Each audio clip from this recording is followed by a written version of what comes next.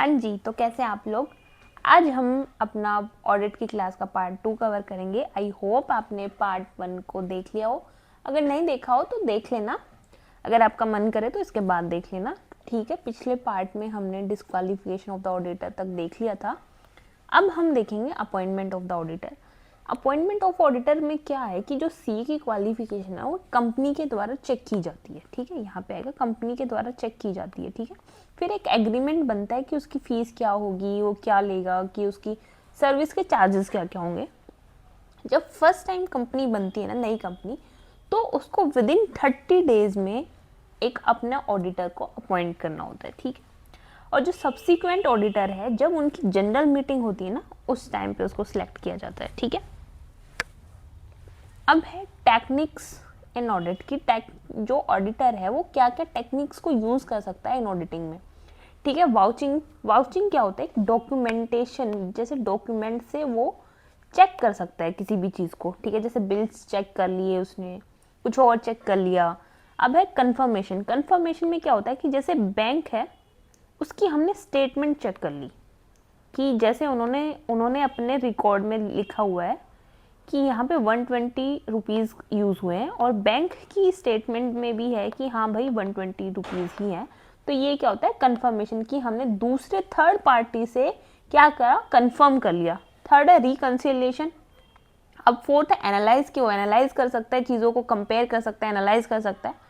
अब है testing through inquiry and observation, कि वो किसी से पूछताछ कर सकता है या खुद की ऑब्जर्वेशन से भी भाई वो देख सकता है कि कुछ सही है या गलत चल रहा है। अब नेक्स्ट है फिजिकल एग्जामिनेशन, जैसे कि वो एसेट को जाके देख सकता है, या कोई लैंड उन्होंने खरीदा हुआ है वो सच में है भी या नहीं, बस उन्होंने डॉक्यूमेंट कर दिया उस चीज़ को, वो फिजिकल एग्जामिनेशन भी कर सकता है। अब है बोर्ड्स ऑन ऑडिटिंग, जैसे कि हमने अकाउंट्स में पढ़ा था कि उसमें अलग अलग बोर्ड होते हैं, लेकिन नहीं, इसमें ना मतलब कि जो ऑडिटिंग के स्टैंडर्ड्स होते हैं इसमें सेम है, लेकिन अकाउंट्स में क्या होता था कि अलग अलग है। जैसे इंटरनेशनल और नेशनल लेवल पे सेम ही है। जैसे नेशनल लेवल पे क्या है? Audit and assurance standard board है। अब अगर इंटरनेशनल होगा तो उसके आगे इंटरनेशनल लगा देना, वो हमारा इंटरनेशनल बन जाएगा। लेकिन ये दोनों सेम है, जो इंटरनेशनल में यूज होते हैं वही हमारे इंडिया में यूज होते हैं। ठीक है, अब है correlation of auditing with other subject, की जो अदर सब्जेक्ट है वो कैसे कोरिलेट करते हैं ऑडिटिंग के साथ।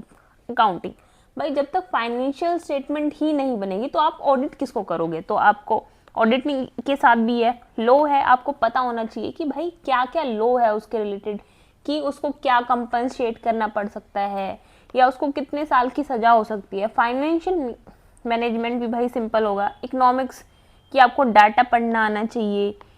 ठीक है, मनी फॉर्म, ये तो सिंपल है कि भाई अगर आपको पैसे के बारे में जानकारी ही नहीं है तो आप क्या ऑडिट करोगे ना उस चीज़ को। प्रोडक्शन भी ठीक है, कि जैसे कोई इंडस्ट्री है वो क्या प्रोड्यूस कर रही है, जब तक उसको पता ही नहीं होगा भाई ऑडिटर को कि वो क्या प्रोड्यूस कर रही है, तो इसके साथ भी कोरिलेट करेगा वो। डाटा प्रोसेसिंग और स्टैट्स और मैथ्स के साथ भी कोरिलेट करेगा। अब है प्रोसेसिंग ऑफ ऑडिट। जब हम किसी चीज़ को प्रोसेसिंग करते हैं, या किसी इंडस्ट्री को प्रोसेसिंग करते हैं, ये ऑडिट, पहले हम क्या करते हैं? प्लानिंग करते हैं, फिर उसको एग्जीक्यूट करेंगे, है ना। तो ऐसे ही इसमें है। तो पहले क्या करते हैं? प्रोसेसिंग ऑफ ऑडिट में हम पहले करते हैं प्लानिंग। तो प्लानिंग में क्या क्या होता है? टीम डिसाइड की जाती है कि कितने लोगों की टीम बनेगी, और टाइम डिसाइड किया जाता है कि कितने टाइम में ये काम हमारा होगा। ठीक है, और एग्रीमेंट बनाए जाते हैं। ठीक है, और टीम की इंडिपेंडेंस होगी कि भाई नहीं, ये नहीं होगा कि दूसरा बाहर वाला आके बोले कि आपको ये काम करना है, नहीं, वो इंडिपेंडेंट है, जो उनको सही लगेगा वो काम करेंगे। रिस्क एरियाज डिटरमाइन किए जाएंगे। ठीक है, मेटिलिटी सेट की जाएगी, और फ्रॉड इंक्वायरी करी जाएगी, कहीं पे फ्रॉड तो नहीं हुआ है ना। अब है सेकंड स्टेट, उसमें क्या है? एग्जीक्यूशन। अब एग्जीक्यूशन में क्या होगा? कंट्रोल टेस्टिंग करेंगे और सब्टेंटिव टेस्टिंग करेंगे। सब्टेंटिव टेस्टिंग में क्या है कि नंबर्स को चेक करना होता है। ठीक है, अब है third step, completion. Third step में कंप्लीशन में क्या है? नोट मिस स्टेटमेंट, की भाई उन स्टेटमेंट को नोट करना है कि जो गलत है। Set meeting with client, client के साथ मीटिंग को सेट करना है। मैनेजमेंट रिप्रेजेंटेशन लेटर, और फोर्थ लास्ट स्टेप क्या होगा कि ऑडिट रिपोर्ट। ठीक है, अब है ऑडिट के स्टैंडर्ड क्या क्या होते हैं। स्टैंडर्ड ऑन ऑडिटिंग, सेकंड है standard on review engagement, third है स्टैंडर्ड ऑन अश्योरेंस इंगेजमेंट, और फोर्थ है स्टैंडर्ड ऑन रिलेटेड सर्विस। मैं पहले आपको एक फोर्थ वाला ही बता देती हूँ कि भाई स्टैंडर्ड ऑन रिलेटेड सर्विस, जैसे कि वो कोई अलग काम करेगा तो उसको उसकी फीस दी जाएगी। कि जैसे ऑडिट क्या कर सकता है, आपको फाइनेंशियल के बारे में बता सकता है, आपका अलग काम कर सकता है, ठीक है, लॉ के बारे में आपको बता सकता है, तो उसके अलग चार्जेस होंगे उसके लिए, ठीक है। और स्टैंडर्ड ऑन अश्योरेंस एंगेजमेंट, ये मैं आपको बता चुकी हूँ। अश्योरेंस मतलब कि 100% वो श्योरिटी नहीं दे सकता ना, वो रीजनेबल ही दे सकता है ना, ये वो वहाँ से होगा। स्टैंडर्ड ऑन रिव्यू एंगेजमेंट, ये क्या है, लिमिटेड लेवल ऑफ अश्योरेंस, ये भी वही चीज़ है कि लिमिटेड लेवल ही अश्योरेंस दे सकता है वो, आपको 100% श्योरिटी नहीं मिल सकती वहाँ से, क्योंकि आपको जो डॉक्यूमेंट प्रोवाइड करे जा रहे हैं वो इंडस्ट्री है या कोई भी कंपनी है, वहाँ के इंटरनल एम्प्लॉय आपको इंफॉर्मेशन प्रोवाइड करे, आप उस इंफॉर्मेशन के बेस पे रिपोर्ट को ऑडिट कर रहे हैं आगे, तो ठीक है, वो 100% अश्योरेंस नहीं दे सकता इसलिए। और अब है फर्स्ट, हमने क्या देखा था, standards on auditing. Standards on auditing क्या है, use when audit opinion express, जब ऑडिट को अपनी ओपिनियन एक्सप्रेस करना हो, ठीक है, ये तब यूज़ किया जाता है कि जब ऑडिटर को फाइनेंशियल स्टेटमेंट को एक्सप्रेस करता है अपनी ओपिनियन को। अब है कुछ इंपॉर्टेंट स्टैंडर्ड्स, जैसे कि हम ऐसे 200 हम देख चुके, पहले क्या था ओवरऑल ऑब्जेक्टिव, 230 क्या था डॉक्यूमेंट, 300 क्या है प्लानिंग, 315 क्या है फ्रॉड, और 500 क्या है एविडेंस, और 700 क्या है ऑडिट ओपिनियन, ठीक है। अब है ऑडिट रिस्क क्या क्या हो सकते हैं, कि भाई उसमें डिटेक्शन हो सकती है, और risk of material miss statement भी हो सकता है, वो इनहेरेंट भी हो सकता है और कंट्रोल रिस्क भी हो सकता है, ठीक है। बस इनहेरेंट मतलब कि कंपनी के अंदर से ही वो हो सकता है ना। अब है टेक्निक्स टू इवेलुएट, कि क्या क्या टेक्निक्स हैं ऑडिट करने की, कैसे इवेलुएट कर सकता है कि वो एक नैरेटिव रिकॉर्ड बना लेगा या क्वेश्चनरी कर लेगा, कि उसने कुछ क्वेश्चन दे दिए एम्प्लॉय को, उनसे बोल दिया येस और नो कि उसमें जवाब दे दो, ठीक है, या फिर फ्लो चार्ट बना के कर लेगा या चेकलिस्ट बना लेगा, ठीक है। अब है ऑडिट प्रोसीजर। ऑडिट प्रोसीजर में क्या होता है, रिस्क असेसमेंट होती है, ठीक है, और फर्दर क्या होता है कंप्लायंस प्रोसीजर और सब्सटेंटिव प्रोसीजर। सब्सटेंटिव प्रोसीजर क्या होता है, items in financial statement vouching and verification. इसमें क्या होता है कि वो डॉक्यूमेंटेशन भी करता है और फिजिकली जाके भी चेक करता है कि वहाँ पे कोई गड़बड़ी है तो नहीं, तो ठीक है। अब यहाँ पे वाउचिंग और वेरिफिकेशन में हम डिफरेंस देख सकते हैं, जैसे कि मैं आपको बता चुकी हूँ। वाउचिंग क्या है कि डॉक्यूमेंट को देख के रिपोर्ट को तैयार करना, और वेरिफिकेशन क्या है कि फिजिकली जाके वहाँ पे चीज़ों को चेक करना, ठीक है। तो अब इनकी लैंग्वेज को पढ़ लेते हैं क्या लिखा हुआ है।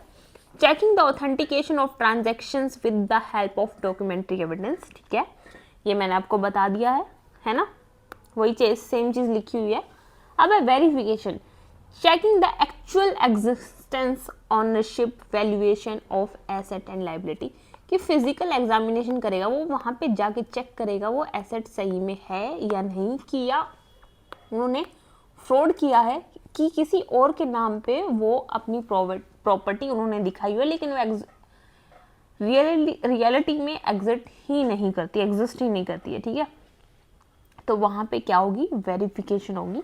अब है transaction record in books of account, ठीक है, यहाँ पे एसेट और लाइबिलिटी देखा गया ना, वो बैलेंस शीट में जो भी है।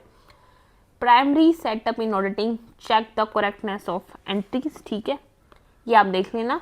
Types of voucher according to nature, इसके 2 टाइप्स हैं, एक तो नेचर के और एक सोर्स के, एक है प्राइमरी और एक है कोलेट्रल। और सोर्सेज क्या क्या हो सकते हैं, एक तो इंटरनल सोर्स हो सकता है कि, और एक एक्सटर्नल सोर्स हो सकता है कि आपके अंदर मतलब कंपनी के अंदर से ही आप डॉक्यूमेंट्स को चेक कर रहे हो, एक एक्सटर्नल होता है कि कोई बाहर वाला आपको बता दे कि यहाँ पे कोई फ्रॉड है, वो या अपनी उसने रिपोर्ट तैयार कर रखी है उसके बिहाफ पे हो सकता है सोर्स। अब क्वालिफिकेशन ऑफ ऑडिटर, क्वालिफिकेशन जो है ना ऑडिटर की, वो सेक्शन 141 में दी गई है, ऑफ कंपनीज एक्ट 2013, ये वाला आप बिल्कुल याद करेंगे कि सेक्शन 141 उसमें क्या दिया गया है, क्वालिफिकेशन ऑफ ऑडिटर दिया गया है ऑफ कंपनीज एक्ट 2013, ठीक है। Appointment of the auditor, appointment कहाँ दी गई है, सेक्शन 139, ठीक है, फर्स्ट ऑडिटर और सब्सिक्वेंट ऑडिटर, ठीक है। अब देखेंगे फर्स्ट ऑडिटर क्या है और सब्सिक्वेंट ऑडिटर क्या है। अगर गवर्नमेंट कंपनी नहीं है और या फिर गवर्नमेंट कंपनी है, इसमें दो चीज़ें हमें दी गई है। ये सेक्शन आप छोड़ सकते हैं, ये इतना इम्पोर्टेंट नहीं है, बस आप ये याद करना कि 139 में आपको दिया गया है कि अपॉइंटमेंट ऑफ ऑडिटर कैसे होती है, ठीक है। तो देखेंगे appointment by the board of director within 30 days from the date of registration. ये मैंने आपको पहले बताया था ना कि जब भी कोई न्यू कंपनी सेटअप होगी तब उसको अपना ऑडिटर विद इन 30 डेज में उसको अपॉइंट करना होगा। यहाँ पे वही लिखा गया है कि जब भी कोई गवर्नमेंट कंपनी नहीं होगी, अपॉइंटमेंट करी जाएगी बोर्ड ऑफ डायरेक्टर के द्वारा within 30 days the date of registration. अगर वो फेल हो जाते हैं 30 डेज में, वो अपॉइंट नहीं कर पाते, तो वो इन द केस क्या करेंगे, ठीक है। In the case of failure members in extra ordinary general meeting with in 90 days, कि जब उनकी एक्स्ट्रा ऑर्डिनरी जनरल मीटिंग होगी वहां पे उनको अपॉइंट करना पड़ेगा, ठीक है। Okay, hold the office till the cancellation of the general meeting, ठीक है। यहाँ पे वो चीज़ होगी। अगर फर्स्ट ऑडिटर किसी गवर्नमेंट कंपनी का हमें सिलेक्ट करना है तो इसमें क्या होगा, appointment by the CAG within 60 days from the date of registration.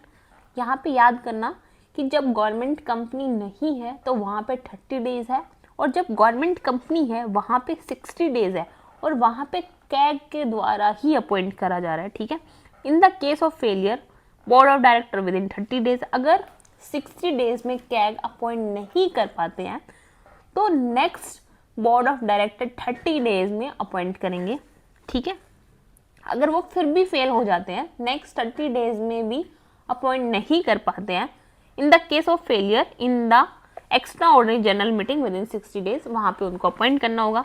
Hold the office till the conclusion of the first AGM, ठीक है।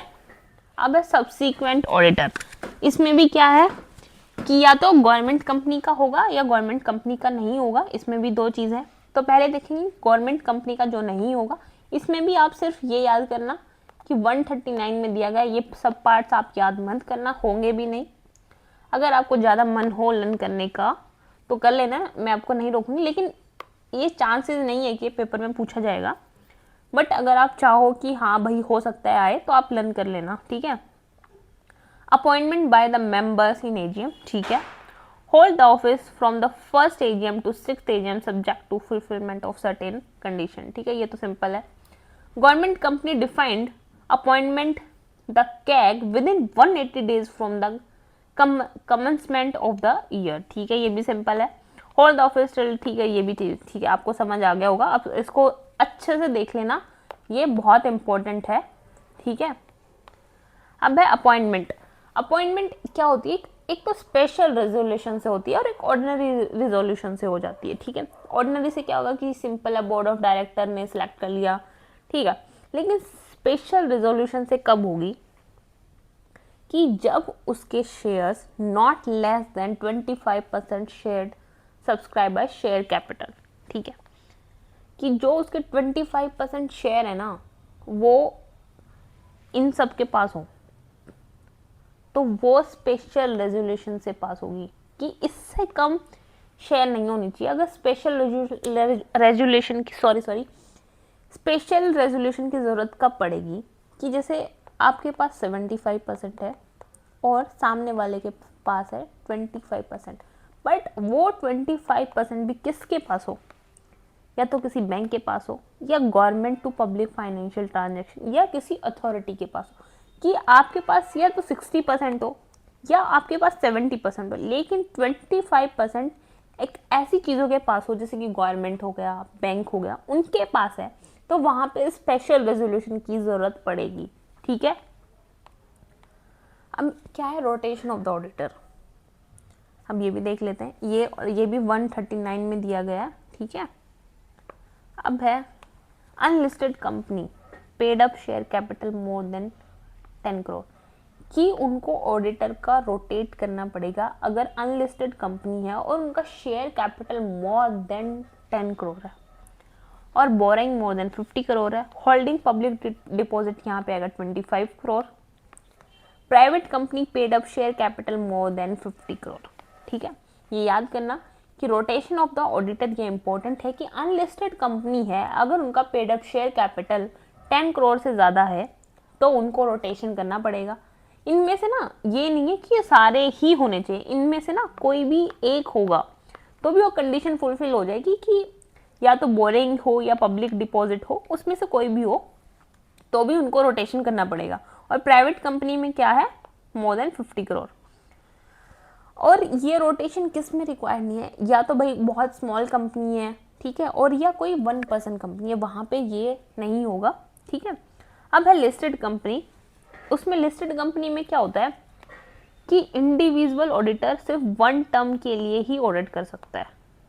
इसका मतलब यहाँ पे क्या है, 1 टर्म का मतलब क्या कि वो 5 ईयर्स के लिए ही ऑडिट कर सकता है इंडिविजुअल ऑडिटर, ठीक है। या फिर अगर कोई फर्म वाला ऑडिटर है लिस्टेड कंपनी में तो 5 ईयर्स मतलब कि वो 2 टाइम्स ऑडिट कर सकता है उस चीज़ को, मतलब 10 ईयर्स। लेकिन ऐसे नहीं होगा, जैसे उसने 2025 से 30 तक ऑडिट किया, उसके बाद वो 30 से 35 में ऑडिट नहीं कर सकता, वो 35 से 40 में उस चीज़ को ऑडिट करेगा। और जो ये वाला पीरियड है इसको बोलते हैं कूलिंग पीरियड, ओके। अब है other important provision regarding to the appointment of auditor, कि जो रिटायर्ड ऑडिटर है उसको भी अपॉइंट किया जा सकता है, बट उसमें कुछ कंडीशन दिया गया है, if he is not disqualified for reappointment, ठीक है भाई, सिंपल सी बात है, अगर उसको डिस्क्वालीफाई कर दिया गया रीअपॉइंटमेंट से तो उसको कैसे अपॉइंट कर सकते हैं आप लोग, ठीक है। इफ़ ही, और सेकंड है he has not given the company a notice in return of his unwillingness to be reappointed, कि भाई सामने वाले ने मना कर दिया कि भाई मेरे को दोबारा से काम नहीं करना है, तो आप उसको फोर्स नहीं कर सकते ना काम करने के लिए। अब थर्ड है a special resolution has not been passed at that meeting appointing some other auditor or providing expressly that he shall not be reappointed, okay, ये भी आपको समझ आएगा। वेयर एट एनी, ये फर्स्ट था, ये सेकंड है, where at any annual general meeting no auditor is appointed और रीअपॉइंटेड